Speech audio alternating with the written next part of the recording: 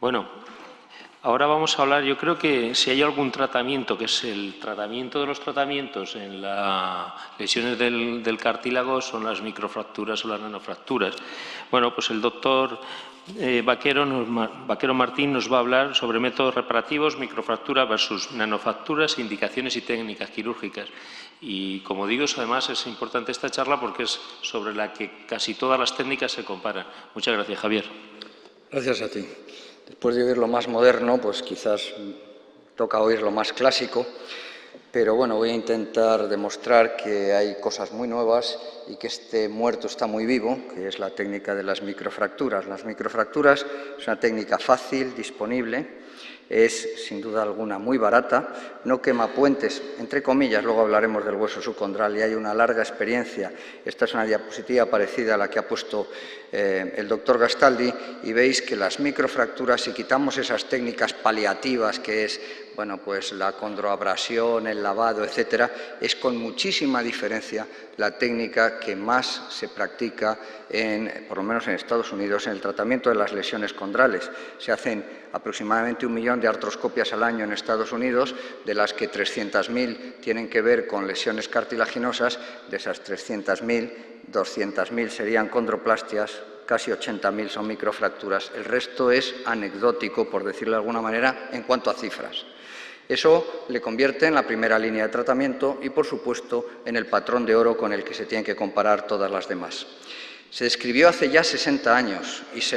por Pridi con perforaciones, pero se mejoró hace unos 20 años cuando Steedman intenta hacer un mejor acceso para las células mesenquimales, más ancho, con esos picahielos, y también una superficie más irregular para que el coágulo se quedara fijo al hueso subcondral.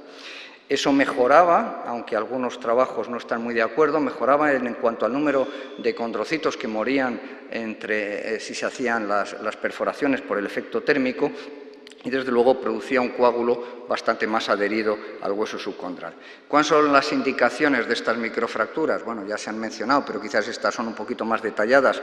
Pacientes jóvenes, menos de 40 años, sintomatología reciente, aconsejable que sea menos de 1 año, menores de 2 por 2 centímetros, es decir, hasta 4 centímetros cuadrados, que el hueso subcondral no esté afectado en más de 5 milímetros de su profundidad, gente que no tenga sobrepeso, que tenga una buena actividad, que sea gente joven y activa.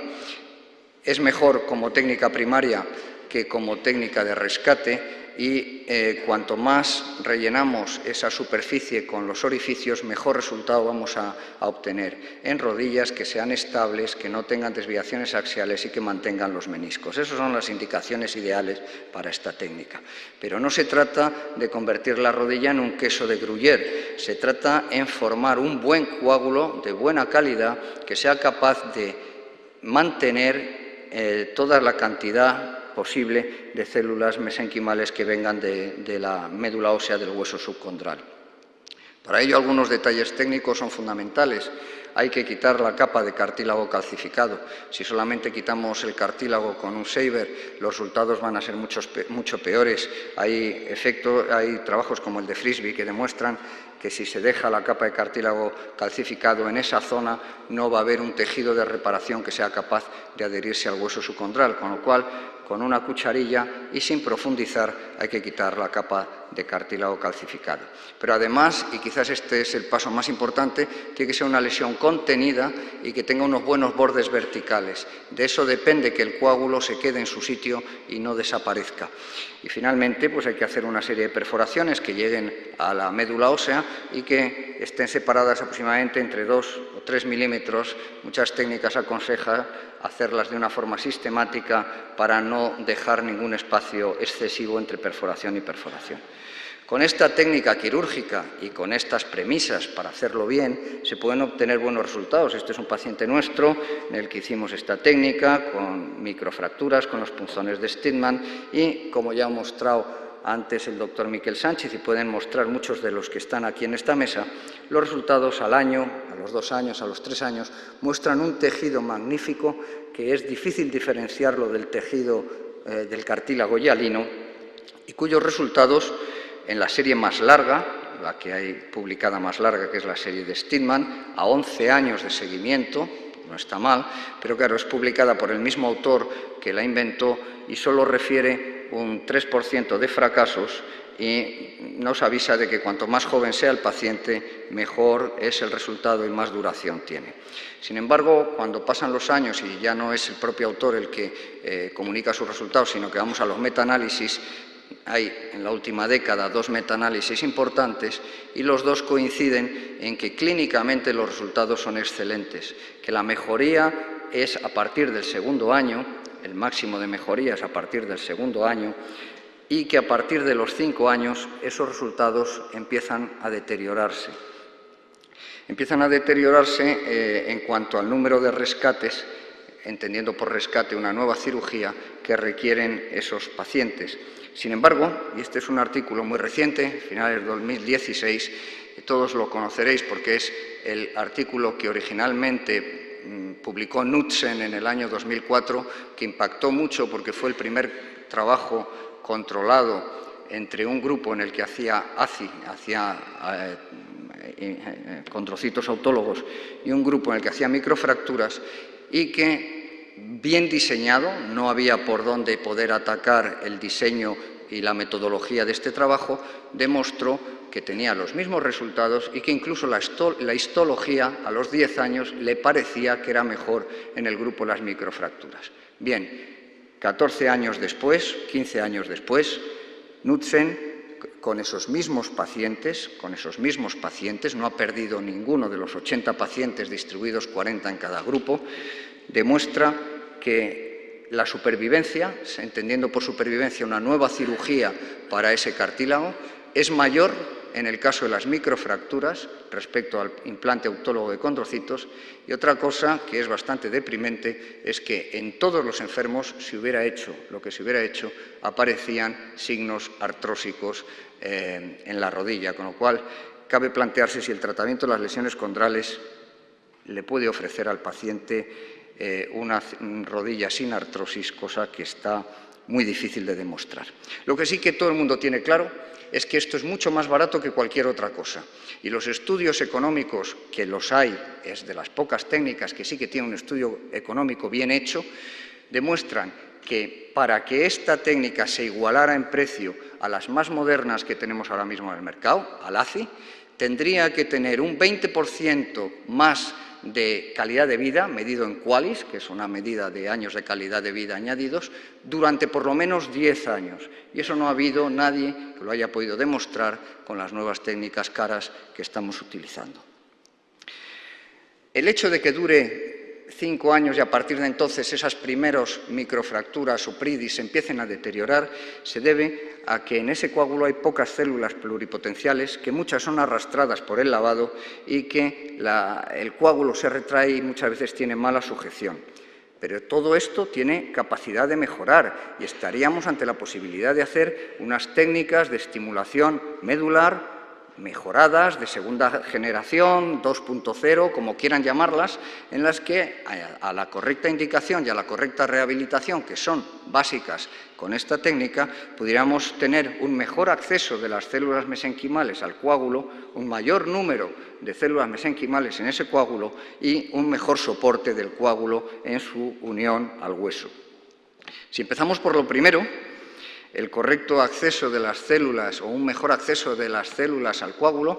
hay que cambiar de la microfractura a la nanofractura. Se ha visto que la perforación con agujas de 1 milímetro y por lo menos 9 milímetros de profundidad produce un mejor tejido con un mayor número de células mesenquimales, menos riesgo de que haya osificaciones heterotópicas dentro del cartílago, porque las microfracturas dejan muchos restos de hueso alrededor que pueden dar osificaciones dentro, en condrales, dentro del nuevo tejido formado, y desde luego con mucha menor alteración de lo que se le achacan a las microfracturas, que es la densificación del hueso subcondral. Hay distintos instrumentos, este es uno de los que ha sacado una de las casas comerciales, que es relativamente útil, pero tiene el defecto de que sigue generando calor al ser algo que circula. Además, solo perfora 4 milímetros y, por lo tanto, creo que el único sistema que a día de hoy tenemos es el de las nanofracturas, que es una aguja que se impacta y que, de 1 milímetro, que penetra 9 milímetros en el hueso subcondral. Y con esto se ha visto, hay estudios como el de Chen, que han visto que el acceso de células mesenquimales se multiplica a nivel del coágulo. Y además, por estudios de micro-TAC, se ha visto que no se sellan las trabéculas, por lo tanto recluta muchas más células, tanto con las perforaciones al girar la aguja como con las microfracturas se sellan los bordes del orificio de la cavidad que estamos haciendo y se densifica mucho el hueso subcondral, cosa que no ocurre cuando hacemos las nanofracturas. Segundo punto a mejorar sería tener más células en esa zona, y eso es un punto que hay que justificarlo porque es cierto que las células que salen de esos pequeños orificios de la metáfisis femoral son muy escasas. Nosotros hicimos en una tesis doctoral un estudio donde hay más células o donde hay menos células mesenquimales para poderlas utilizar de forma terapéutica, concentradas, etc. En la metáfisis femoral hay muy poquitas, muchas menos que en la cresta ilíaca, francamente 10 veces menos que en la cresta ilíaca y muchas menos que en la metáfisis tibial. Luego tenemos que suplementar eso de alguna manera. La escuela italiana dice que eso es uno de los motivos por los que se forma fibrocartílago en vez de cartílago hialino, que si añadiéramos más células mesenquimales podríamos tener mejor tejido, y eso lo ha demostrado un estudio de Gobi y colaboradores en el que añaden a ese coágulo que se forma un aspirado de médula ósea y hacen un supercoágulo, y con ese supercoágulo tienen un tejido prácticamente hialino. Lo mismo la escuela de Steadman lo demostró en caballos inyectando ácido hialurónico solo o ácido hialurónico con concentrado de médula ósea intraarticular, no como en el estudio anterior, que era el coágulo el que se beneficiaba de ese mayor número de células, sino inyectándolas en la articulación, y vio que histológicamente el tejido era un tejido mucho más hialino. La tercera mejoría que podemos aportar a las microfracturas es evitar que esas células se escapen. Eso se puede hacer con membranas, no pienso hablar de ello porque después habrá otras charlas que se dedicarán a eso, pero también se puede hacer con geles, y hay geles de colágeno, hay geles de fibrina, pero el que más se ha estudiado y tiene resultados demostrados es el quitosano, es el cargel, que crea un supercoágulo, un coágulo mucho más potente, mucho más denso, y que en un estudio muy bien hecho, está publicado en Journal of Bone, es un estudio aleatorizado, controlado, multicéntrico de muchos hospitales, y en el que se estudió la biopsia, porque claro, decir que tiene una mejor escala funcional no es decir gran cosa, se vio que con el quitosano el tejido que se forma es un tejido muy parecido al cartílago hialino original. Por lo tanto, en conclusión, y ya no me extiendo más, la evidencia apoya el uso de las microfracturas aún a día de hoy, 60 años después, como primera línea de tratamiento, siempre sean lesiones condrales, que sean contenidas y que no sean mayores de 3-4 centímetros cuadrados. Es la más sencilla, es la más barata y es la que tiene el menor número de complicaciones para el paciente, y eso también es algo que tenemos que resaltar. No está claro que los nuevos métodos de regeneración ósea que han aparecido en las últimas décadas muestren superioridad frente a las microfracturas. Ahora oiremos otras charlas, hay trabajos que dicen que sí, otros que no, pero ahí está el de Knutzen, que he puesto yo 15 años después, que creo que es un trabajo metodológicamente muy correcto. Y lo que sí que está claro es que esto nos abre una puerta de esperanza al futuro, porque estos resultados y estos deterioros de los que se hablan de las microfracturas están referidos a técnicas como el PRIDI o como a las primeras microfracturas. Estoy seguro que cuando podamos hacer estos estudios dentro de 10 años y veamos cómo el hacer nanofracturas, el poner un gel encima de la zona lesionada o el añadir PRPs intraarticulares, como decía esta mañana Miquel Sánchez, nos van a dar unos excelentes resultados que van a hacer que, como he dicho al principio, esta técnica siga estando muy viva a día de hoy. Muchas gracias.